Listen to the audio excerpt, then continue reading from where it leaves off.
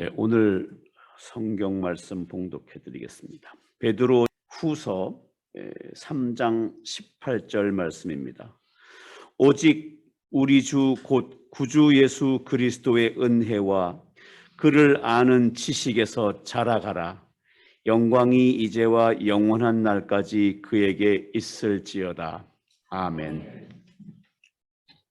새해 들어서 제자 공동체로서의 교회와 예수의 제자는 어떤 사람인가라는 주제로 계속해서 말씀을 전하고 있습니다.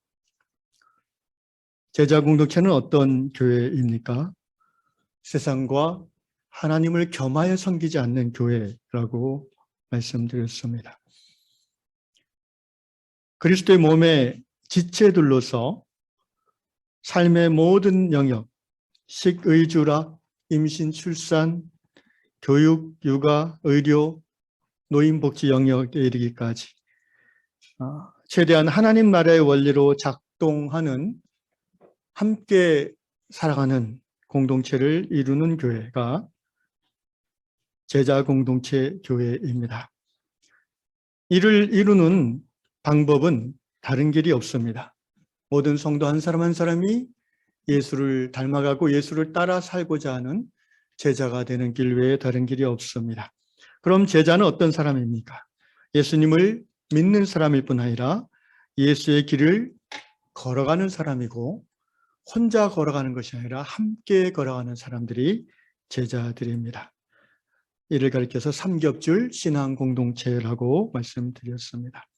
더 나아가서 예수의 제자는 어떤 사람들입니까?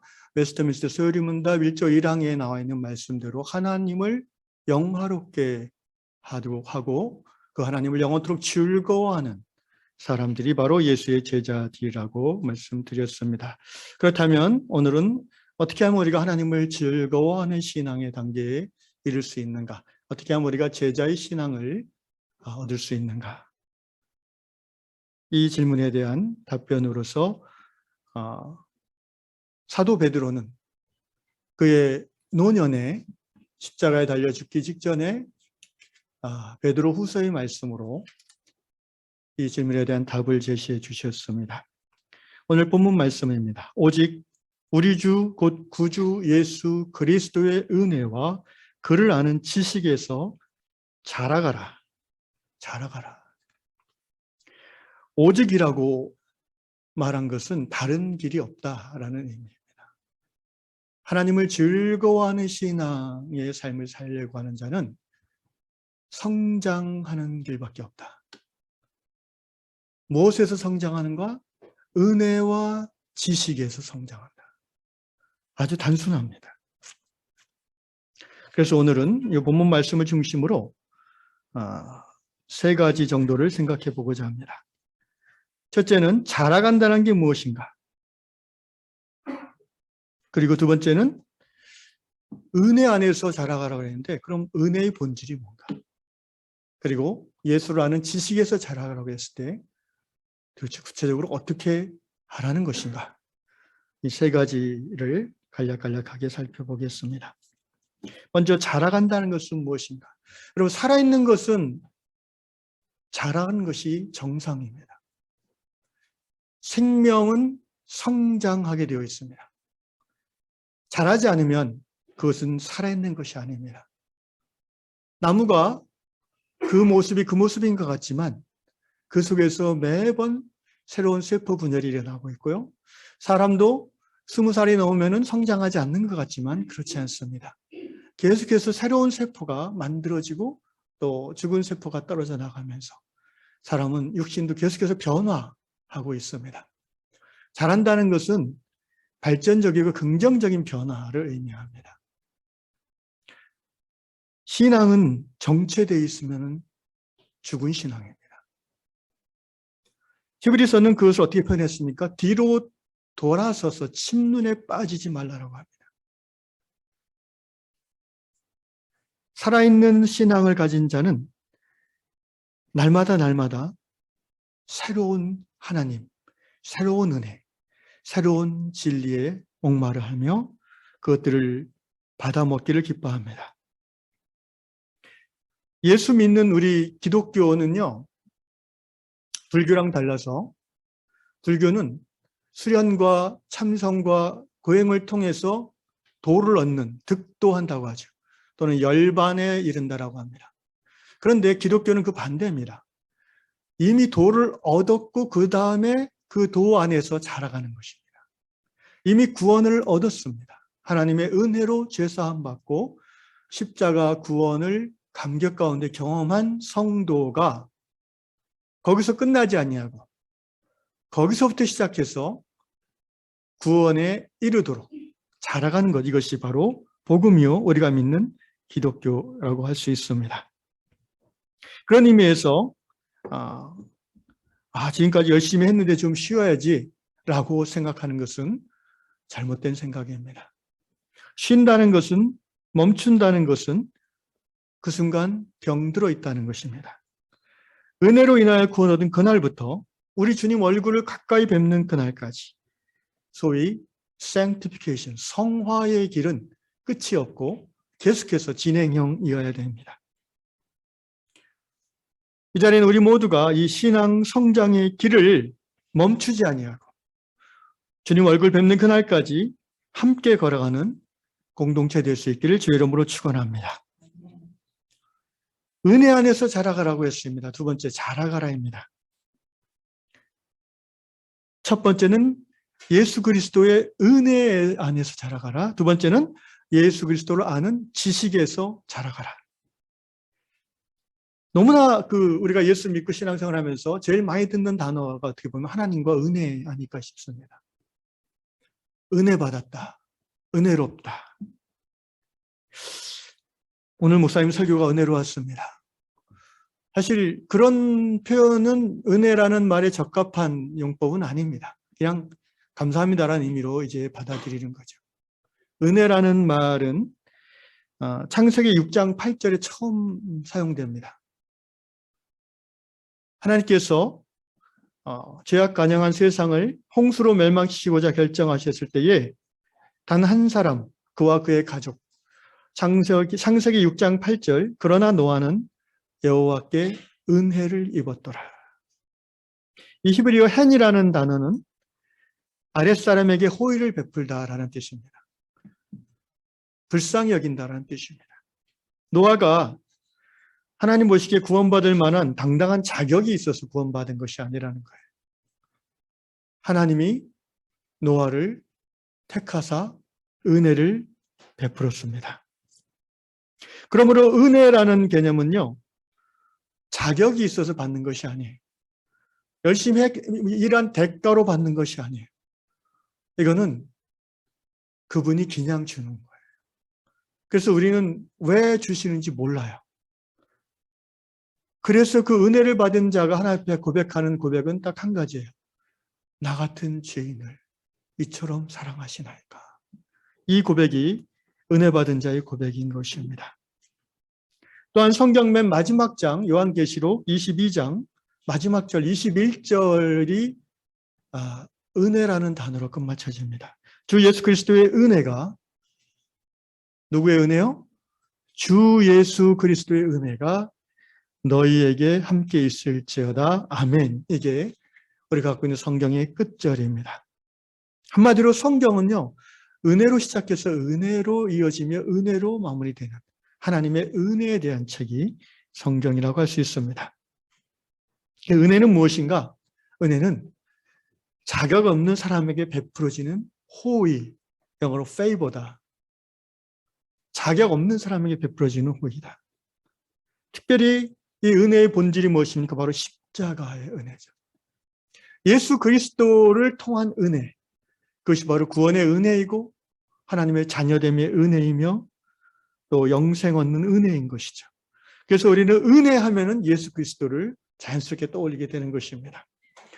고린도서 8장 9절에 이런 말을 기록했습니다. 우리 주 예수 그리스도의 은혜를 너희가 알거니와, 우리 주 예수 그리스도의 은혜를 너희가 알거니와, 그분께서 부유하셨으나 너희를 위하여 가난하게 되심은 자신의 가난으로 말미암아 너희를 부유하게 하려 하심이라. 예수님이 하나님이셨고 하나님의 보좌에 있던 분이며 만물의 창조주이신 그분이 이 땅에 사람으로 오셨고 가난해지셨습니다. 그 모든 권세와 부유함과 그 모든 자격들을 내려놓으시고, 왜? 바로 그분을 통해서 구원 얻을 하나님의 백성들에게 부유함을 주시고자 그렇게 행하셨다는 것입니다. 그래서 성경에서 은혜함은 바로 예수 그리스도를 떠올릴 수밖에 없는 것입니다. 거기가 은혜의 시작이죠. 오죽하면 교회에서 예배 끝날 때마다 목사님들이 축도할 때 어떤 본문을 합니까? 우리 주 예수 그리스도의 은혜와로 시작하는 축복 기도를 마지막에 항상 합니다.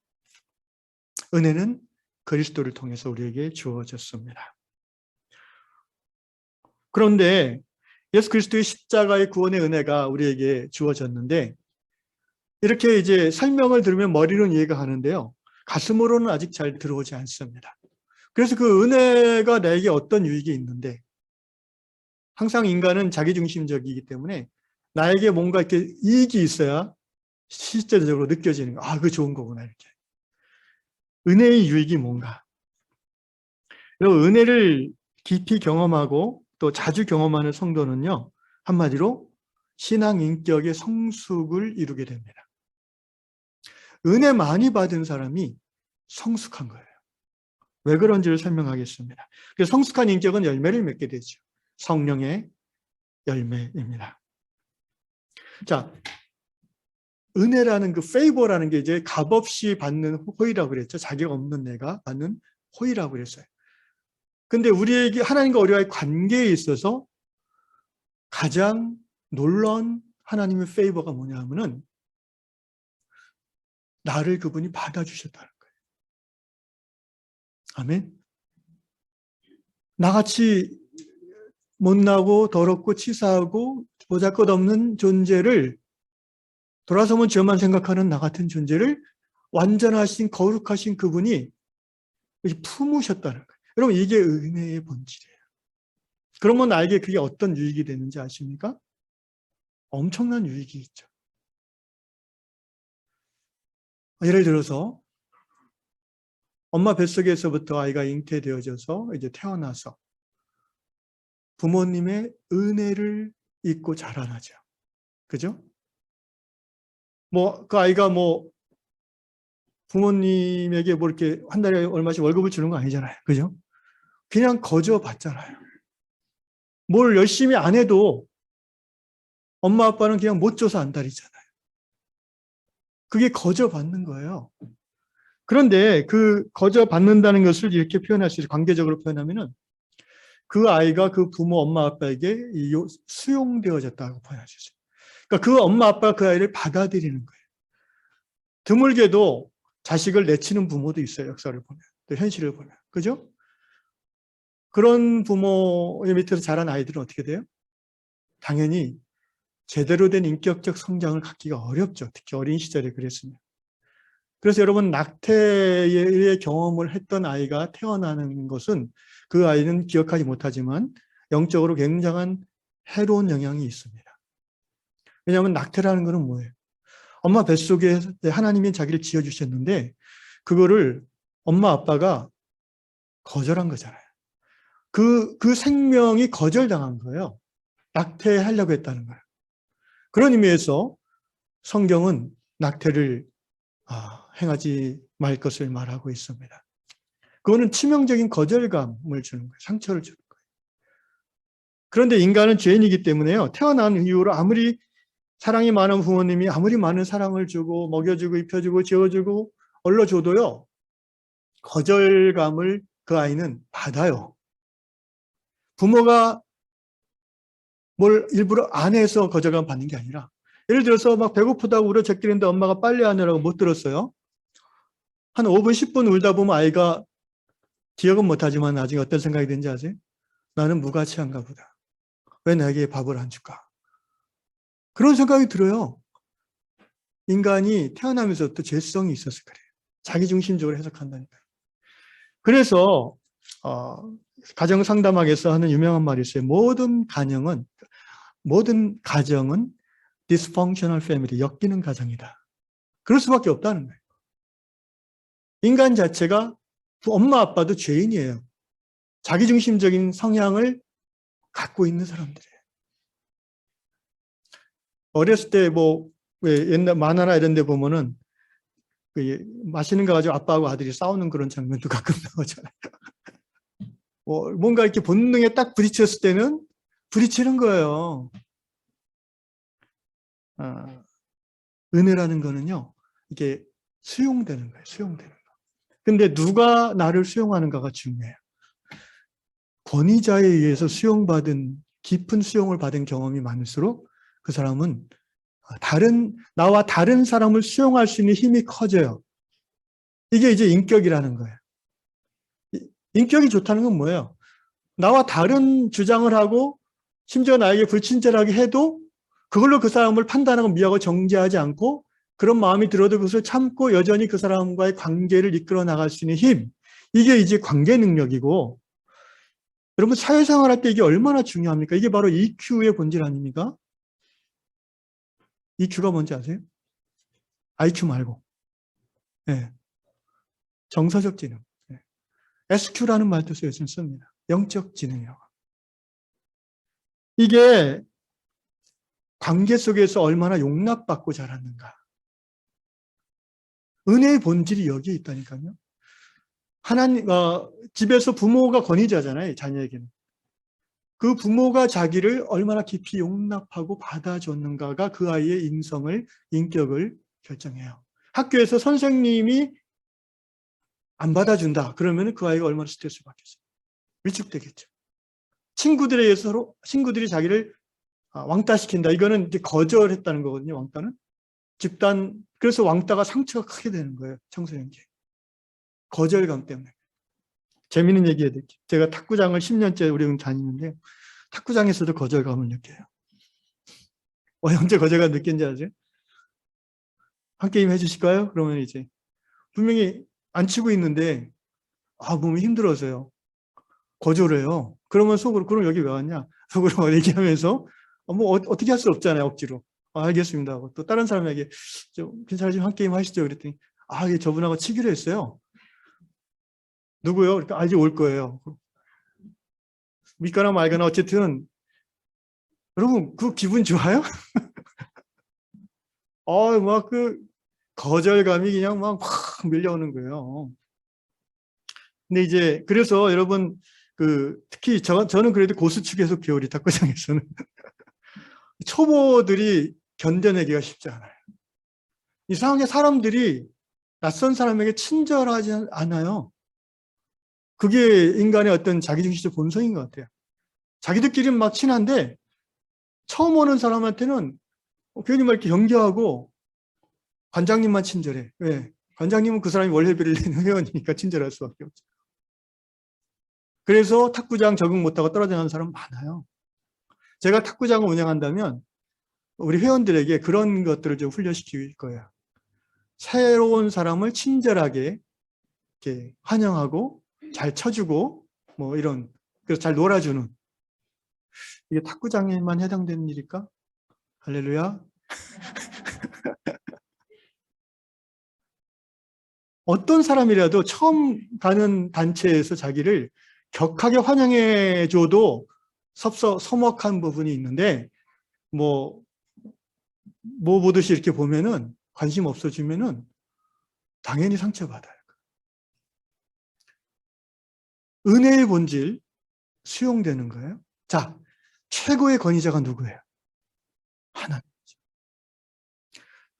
부모님, 심지어 다윗이 이런 고백을 해요. 시편 27편 10절에 이런 말씀이 있어요. 내 부모는 나를 버렸으나 여호와는 나를 영접하시리이다. 굉장히 슬픈 얘기죠, 여러분. 근데 인간 세상 속에서 이런 일이 없지 않잖아요. Though my father and mother forsake me. 비록 나의 부모가, 엄마 아빠가 나를 버렸으나 The Lord will receive me. 주께서 나를 영접하시리이다. 여러분, 이게 은혜의 본질이에요. 그래서 최고의 권위자신 그분이 나를 수용하는 그 순간 나는 다른 그분 권위보다 못한 어떤 권위자에 의해서 거절받은 상처도 차츰차츰 회복되는 거예요. 그게 은혜로 인하여 치유된다는 거예요. 그래서 다시 인격이 성장하기 시작하는 거예요. 그리고 거절감 많고 상처 많이 받은 사람은요, 다른 사람을 수용을 잘 못해요. 그게 뭐 어쩔 수 없잖아요. 그렇게 지금까지 이렇게 살아 왔는데, 근데 은혜 받고 예수 믿는다는 건 뭐냐면은 가장 지극히 높으신 그분이 나를 인정했다는 거예요. 인정했을 뿐 아니라 끌어안아 주셨다는 거예요. 아니, 가족들도 버린 나를 그분이 끌어안아 주셨다. 그 유명한 얘기 있잖아요. 옛날에 그 도끼로 17명 죽인, 제 어렸을 때 김대두 그러면 우는 애가 끝이었다고. 근데 우리 엄마가, 저희 어머니가 어렸을 때 김대두 얘기해가지고, 김대두가 누구야? 내가 그랬더니, 어쨌든 무서운 사람이었어요. 근데 그분이 사형 안도 받고 감옥에 있는 동안에 예수를 영접했잖아요. 근데 그분이 영접하게 된 그분에게 전도한 목사님, 제가 직접 들었는데 그분이 김대두 씨가 이렇게 계속 면회를 거절하다가 한 번은 면회를 받아줘서 가서 이제 목사님에게 이렇게 질문하더래요. 목사님, 나같이 더러운 피도 예수님이 받아주십니까? 그럼 이게 얼마나 거절감이 사무친 표현이에요. 난 피가 더러워. 피는 뭐예요? 피는 그 혈통을 말하잖아요. 자기 뿌리, 존재의 근원을 더럽다고 생각할 만큼 자존감이 완전히 떨어진 사람이에요. 실제 김대두 씨의 가정 형편이 그랬다고 그래요. 버려진 집에 어렸을 때부터 얻어맞고 자라고, 사랑 못 받았죠. 그래서 그렇게 살인마가 됐는데 하나님의 놀라운 은혜죠. 죽기 전에 예수를 만났는데 마지막 확인하고픈 말이 그거였어요. 나같이 더러운 피를 가진 자도 하나님이 받아주시냐. 이 목사님 대답이 아주 걸작이었어요. 당신같이 더러운 피를 가진 사람을 위해서 예수께서 십자가에 죽으셨습니다. 그랬대요. 할렐루야. 은혜는 성도를 회복해야 합니다. 은혜는 우리의 낮아진 자존감을 치료합니다.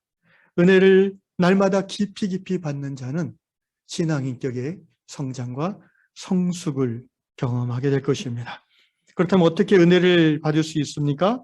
여러분이 지금 하고 있는 은혜 생활 좀 더 깊이 있게 하시면 됩니다. 예를 들어서 여러분이 예배 생활을 잘 하고 계신데 모든 공적 예배는 하나님이 나를 받아주신다는 것을 공적으로 확증받는 시간이에요. 그것만 거기에 우선순위를 두셔야 돼요. 사람 보거나 오늘 목사님 넥타이가 이상해 뭐 그런 생각할 필요 없어요. 네. 예배는 하나님이 나를 받아주시는 시간이에요. 아멘. 예배의 모든 순서들은 거기에 포커싱 되어 있는 거예요. 그래서 뭔가 사람이 눈에 들어와도 얼른 그냥 쳐내시고 하나님만 보는 시간이 예배의 시간. 하나님이 한 주일간 세상에서 힘들게 살고 때로는 죄도 짓고 때로는 거절감 느끼면서 우울했던 나를 그래도 은혜의 자리에 불러주셨고 찬양하면서 눈물을 주시고 말씀 들으면서 마음에 뜨거움을 주시는 그 모든 것들이요. 하나님이 나를 사랑하신다라고 나는 느껴지는 거예요. 기도도 마찬가지입니다, 여러분. 그래서 여러분 예배 시간을 이렇게 준비하는 마음으로 예배에 참석할 때 은혜를 더 깊이 받겠죠. 뭐 요새 코로나 시대에 집에서 화면으로 예배 드린다고 이렇게 세수도 안 하고 뭐 이렇게 화면 앞에 막 급하게 앉아 있으면 은혜가 깊이 들어올 수가 없겠죠. 예. 사모하는 마음이 있어야 은혜가 느껴질 거 아니겠습니까? 뭐 우리 가운데 그런 분이 있다는 건 아니고요. 예. 다른 교회는 그런 분들이 이렇게 있다고 합니다. 그래서 제가 말씀드립니다. 은혜를 구한다면 하나님을 기대하셔야 됩니다. 하나님을 갈망하셔야 돼요. 예배와 기도와 찬송과 이 모든 것들은 하나님을 갈망함을 내가 하나님께 표현하는, 그래서 하나님의 은혜 수용을 경험하는 시간입니다. 두 번째로 하나님을 즐거워하는 성도가 되려면, 예수 제자가 되려면 지식에서 자라가야 됩니다. 예수 그리스도를 아는 지식에서 자라가라. 자, 예수를 아는 지식, 그걸 다른 말로 하면 이제 진리예요, 그게. 왜냐하면 예수님이 진리이기 때문에. 진리를 알아라 이거예요. 그런데 우리가 이미 진리를 아는 사람이에요. 아멘? 여러분, 예수님 알잖아요. 예수님이 누구예요? 하나님의 아들이요 구원자이시며 우리의 친구 되시며 우리의 주가 되시는 분이잖아요. 우리가 알아요. 그런데 사도 베드로는 그 알면서 멈추지 말고 어떻게 해요? 그로 자라가라. 예수를 더 깊이 알라. 예수를 더 깊이 여기서 이 알라란 말, 기노스코라는 말은 히브리어 야다의 번역이라고 그랬죠. 경험으로 안다는 거예요. 지식을 포함해서 이 학문적인 지식, 뭐 신학적 성경 암송 지식 이런 거에 멈추는 게 아니라 암송하는 건 좋죠. 당연히 필요하고 신학 공부하는 것도 필요해요. 근데 그걸 통해서 내가 예수를 내 가슴에 알아야 되는 거예요. 내 삶에서 예수를 느끼는. 그게 예수를 아는 거고 그것이 깊어질수록 예수 안에서 예수를 아는 지식에서 자라간다는 것입니다.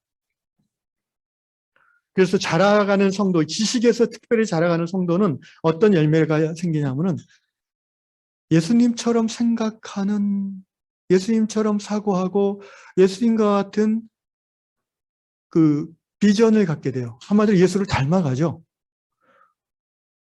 분별력이 생겨요. 몇 번 말씀드렸지만 여러분, 어린아이의 덕목은 순종입니다. 그런데 어른의 덕목은 순종, 무조건 순종만은 아니에요. 분별을 갖춘 순종해야 돼요. 이 분별력이란 것이 성숙한 사람의 분명한 특징이에요. 예수님은 분별하신 분이에요. 그죠? 그 시대 대부분의 사람들이 성전 중심, 제사장 중심의 유대교를 힘들어하면서도 따라갔지만 예수님은 그 하나님 신앙의 본질이 거기에 있지 않음을 분별하셨어요. 예수님은 사람을 분별하셨어요. 양의 탈을 쓴 늑대인지 아닌지를 예수님은 다 아셨어요. 예수님은 또한 시대의 징조를 분별하셨어요. 요새로 말하면 국제 정세나 남북 관계나 한국 경제 앞날이나 이런 것들에 대해서 예수님이 모르는 게 아니에요. 웬만한 박사 이상으로 구체적인 지식, 정보는 모를 수 있어도 분별할 수 있어요. 그게 하나님을 아는 자에게 주신 하나님의 축복이에요. 우리가 보통 어른이라고 했을 때 나이가 많다고 어르신이 아닙니다. 그건 그냥 노인이죠. 분별력이 있는 사람을 우리는 어른이라고 합니다. 그래서 어른이 이 사회에 중요한 이유가 어르신이 나이가 많은 분이라서 중요한 게 아니라 그것도 뭐 중요하겠지만 젊은이들은 모르는 분별지라고 하는데 그걸 분별하는 지혜가 있어요. 이런 분들이 어떤 공동체의 리더가 되거나 교회 리더가 됐을 때 그 교회는 분별해서 걸어나갈 수 있는 힘을 얻습니다. 로마서 12장 2절 말씀하시죠. 너희는 이 세대를 본받지 말고 오직 마음을 새롭게 함으로 변화를 받아 하나님의 선하시고 기뻐하시고 온전하신 뜻이 무엇인지 어떻게 알아? 분별하도록 하라. 분별하도록 하라. 이 분별의 지식이 없으면 이 세대, 내가 살고 있는 this generation, 이 세대가 얼마나 악한지에 대한 분별을 못해요. 그냥 세상 좋은 게 다 좋은 걸로 따라가는 거예요. 여러분, 교회 안에도 성숙한 분별력이 없으면 세상 것이 하나님 것이고 하나님 것 세상 것이 막 이렇게 그래서 그걸 겸하여 섬긴다라고 그랬잖아요. 이게 바로 다른 어려운 말로 하면 세속화된 교회라는 겁니다. 교회가 세속화되는 것은 그 교회 안에 분별의 지혜를 갖춘 사람들이 부족해서 그런 거예요. 어떻게 하면 우리가 이 예수라는 지식에서 자라갈 수 있을까? 노사도인 바울이 젊은 제자 디모데에게, 목회자 디모데에게 주신 권면의 비결이 있습니다. 디모데후서 3장 15절 이하입니다. 또 어려서부터 내가 성경을 알았나니 성경은 능히 너로 하여금 그리스도 예수 안에 있는 믿음으로 말미암아 구원에 이르는 지혜가 있게 하느니라. 모든 성경은 하나님의 감동으로 된 것으로 교훈과 책망과 바르게 함과 의로 교육하기에 유익하니. 따라합시다. 이는 하나님의 사람으로 온전하게 하며 모든 선한 일을 행하기에 온전하게 하려 함이라. 예수라는 지식에서 자라간다는 것은 다른 게 없어요. 성경을 읽고 듣고 공부하고 묵상하고 실천하고 암송하는. 우리 목사님 또 결론은 버킹검이네. 또 이렇게 생각하실지 모르지만, 그러면 뭐 진리 외에 다른 걸 결론으로 삼겠습니까? 성경은 하나님의 사람을 온전케 합니다. 온전하게 한다는 말이 이제 원어 의미가 제가 한 말씀드렸지, 이게 성숙하신 자라는 의미예요. 온전한다는 말, 사도 바울의 서신에서. 그게 복음서에서는 제자라는 말로 쓰여요. 성경을 모르면 절대로 성숙한 신자 될 수 없어요. 온전한 신자가 안 되면 하나님의 일을 온전하게 할 수 없어요. 모두 선한 분이 하나님 한 분에 누가 있습니까? 예수님 말씀하셨죠. 선한 일은 다른 일이 아니라 하나님의 일이에요. 할렐루야. 하나님의 일을 하려면 제대로 해야 되는데, 그 하나님의 일을 제대로 감당하려면 스스로 온전해져야 돼요. 성장해야 돼요. 성숙해져야 돼요. 은혜와 지식에서 자라가야 돼요. 말씀을 정리하겠습니다. 여러분, 신앙은 성장하는 것이 정상이에요. 애를 키워보신 분 알겠지만 애가 아무리 먹어도 자라질 않네. 그 부모의 마음이 어떻겠어요? 몸만 자라지 않는 게 아니라 몸은 막 자라는데 애가 지능이 안 자라. 아이고, 더 힘들죠? 그런데 여러분, 육체와 지능만 자란다고 뭐 행복한 부모 될 줄 아세요? 나중에 보니까 인성이 안 자라서. 그래서 세상에서 잘 먹고 잘 사는 아이가 됐는데 결론이 뭐 이상하게 나와버려가지고 불명예스러운 그런 범죄를 저지른다든지 감옥 간다든지 사기친다든지. 그러면 그 부모의 마음이 어떻겠어요? 예수께서 누가복음에서 그 돌잔치 때 늘 쓰는 본문 기억하십니까? 그 지혜와 키가 자라며 하나님과 사람에게 더욱 사랑받으셨더라. 이게 바로 지적 성장, 육체적 성장, 영적 성장을 가리키는 돌잔치 본문입니다. 우리 교회에서 돌잔치를 한 번도 한 적이 없는 것 같아요. 앞으로 할 수 있는 줄로 압니다. 자라가야 돼요. 멈추는 것은 병든 거예요. 자람의 결과는 열매 맺는 거예요. 은혜에서 자라가는 자는 관계 속에서 성령의 열매, 인격 열매를 맺고요. 예수라는 지식에서 자라가는 자는 하나님의 사역을 감당할 수 있는 열매를 가지고 분별력이 생기고 힘이 생기죠.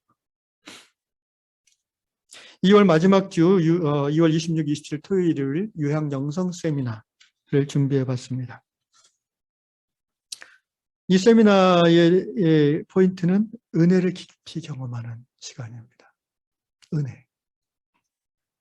설명드린 것처럼 우리 김준, 한세희 두 분은 관계의 대가예요. 관계의 대가.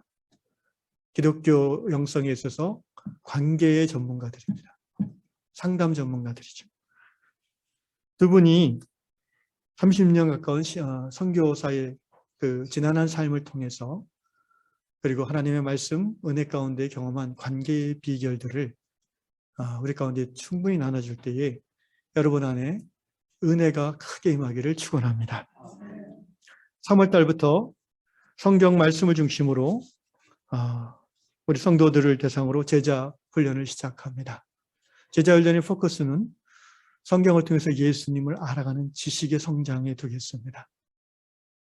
지식. 그래서 사람을 분별하고 시대를 분별하고 또 하나님의 뜻을 분별하여 행하기에 부족함이 없는 그런 성도로 양육하기를 원합니다.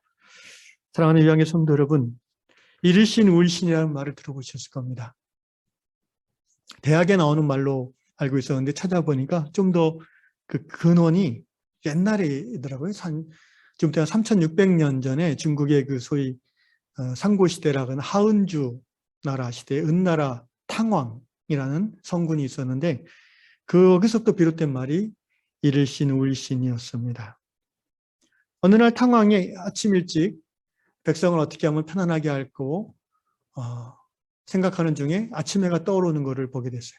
너무 감동을 받았대, 이 탕왕이. 그래가지고 옆에 있던 그 새벽에 옆에 있는 신하도 참 대단하죠. 이윤이라는 신하에게 어떻게 하면 저 새처럼 매일매일 새롭게 될 수 있을까? 어떻게 하면 백성들을 매일매일 그 새롭게 만들어갈 수 있을까? 질문을 했을 때에 이 이자 윤자 쓰는 신하가 한 말이 구일신 일신 우일신 이렇게 말했다는 것입니다. 진실로 해가 솟듯이 날마다 새로울 것이며 또 날마다 새로울 것이라는 말인데 어떻게 하면 그러냐라고 물어봤을 때 이윤 신하가 대답하기를 왕께서 매일 새롭고자 하신다면 책을 보는 것이 그 길입니다. 매일 책을 보고 매일 사유하고 매일 현자와 의논한다면 왕은 저 태양처럼 새롭고 매일 새로우며 또 날마다 새로울 것입니다. 제가 이르신 울신의 원래 이 말이 떠오른 이유는 예수 그리스도의 은혜와 지식에서 우리가 날마다 새롭게 자라가야 된다라는 그런 생각을 하다가 이 말이 떠올랐는데 이 신하의 말에 제 마음이 뜨거워졌어요. 신하가 왕에게 매일 새롭고자 한다면 책을 보는 것이 그 길이다 이렇게 얘기했잖아요. 매일 책을 보고 매일 사유하고 매일 현자와 의논한다면 왕은 저 태양처럼 날마다 새로워질 것이다. 여러분 이 말씀을 이렇게 바꿔봅시다. 성도가 매일 새로운 은혜, 새로운 지식으로 성장하고자 한다면 어떻게 하겠습니까? 성경을 보는 것이 그 길입니다. 매일 성경을 보고 매일 성경의 말씀을 생각하고 매일 그 말씀을 가지고 기도하며 매일 성령님과 의논한다면 성도는 의의 태양이신 예수님의 은혜와 지식에서 매일매일 새로워질 수 있을 것입니다. 할렐루야. 살아있다는 것은 성장하는 것입니다. 성장한다는 것은 변화를 갈망하는 것입니다. 그런데 여러분 마지막으로 이 말씀 드리고 싶은데 우리 안에 또 이 성장을 거스르는 나쁜 죄성들이 있어요. 이게 뭔지 아십니까? 이대로가 좋사오니 본능이. 저는 그걸 그렇게 표현하고 싶어요. 주여 이대로가 좋사오니. 지금까지 우리 그렇게 해왔는데 뭘 또 그런 걸 해요. 이런 거 있잖아요. 우리 교회는요 그런 거 별로 안 좋아해요. 뭐 이런 마음 있잖아요.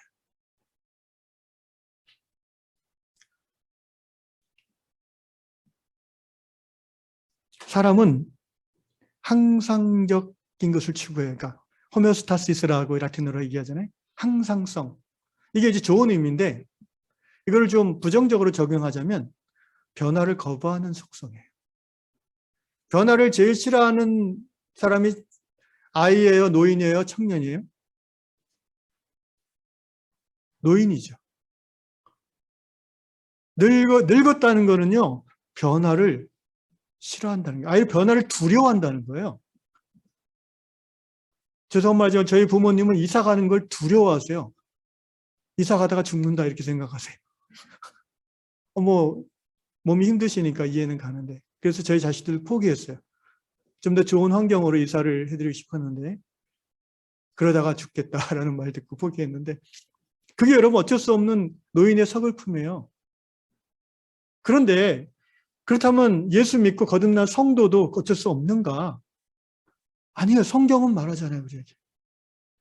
내 육신은 후패하나 내 속사람은 어떻게 돼요? 나날이 새로워지리라. 우리 그리스도 예수 안에 있는 자에게는 우리 그리스도 예수 안에 있는 자는 새로운 피조물이다라고 고린도후서에서 말씀하고 있잖아요. 우리의 육신의 본성은 나이가 들수록 자꾸 고정하려고 그래요. 움직이려고 안 해요. 그러다가 정말 움직이지 않게 되면 어떻게 돼요? 관에 들어가는 거죠. 여러분 우리가 관에 눕기 전까지는요 움직여야 삽니다. 아멘? 그게 사는 거예요. 생명이에요. 생명의 특징은 움직이는 거예요. 동적인 거예요. 변화되려고 하는 거예요. 하나님을 갈망하고 예수를 닮아가려는 그 갈망이 자신의 모든 그 게으름과 나태함과 안주하고자 하는 속성을 끊어내고 앞으로 나아갈 때 성장이 일어나는 거예요. 그렇지 않으면 죽는 거예요. 살아있을 때 죽어가는 거죠. 기술 경쟁이 심한 21세기 이 땅에 여러분 기업들을 보세요. 뭐 삼성전자를 비롯해서 연구비가 1년에 수백억, 수천억 썼잖아요. 지금도 장사 잘 되는데 그 기업의 리더가 뭐 이거 가지고 충분히 이런 직원들 월급 주고 먹고 살 수 있어요? 그러니까 기술 투자 필요 없어요. 그렇게 생각합니까? 그런 기업은요, 반드시 도태될 수밖에 없죠. 2년, 3년에도 이 제품이 잘 팔릴까요? 택도 없습니다. 세상의 기업들도 지혜를 가지고 앞날을 위해서 지금을 뼈를 깎는 준비를 하는데 하물며 그리스도의 몸된 교회가 2, 3년, 5년 후를 내다보고 지금 발전하고 성장하는 시작을 하지 않으면 우리의 미래는 어떻게 될지 모르는 것입니다. 사랑하는 유양 성도 여러분, 우리 함께 예수 그리스도의 은혜와 그분을 아는 지식에서 자라갑시다. 은혜 가운데 열매 맺고 진리 안에서 분별하여 세상 가운데 하나님의 살아계심을 드러내는 제자 공동체 교회를 이뤄가는 저 여러분 될 수 있기를 주님의 이름으로 축원합니다.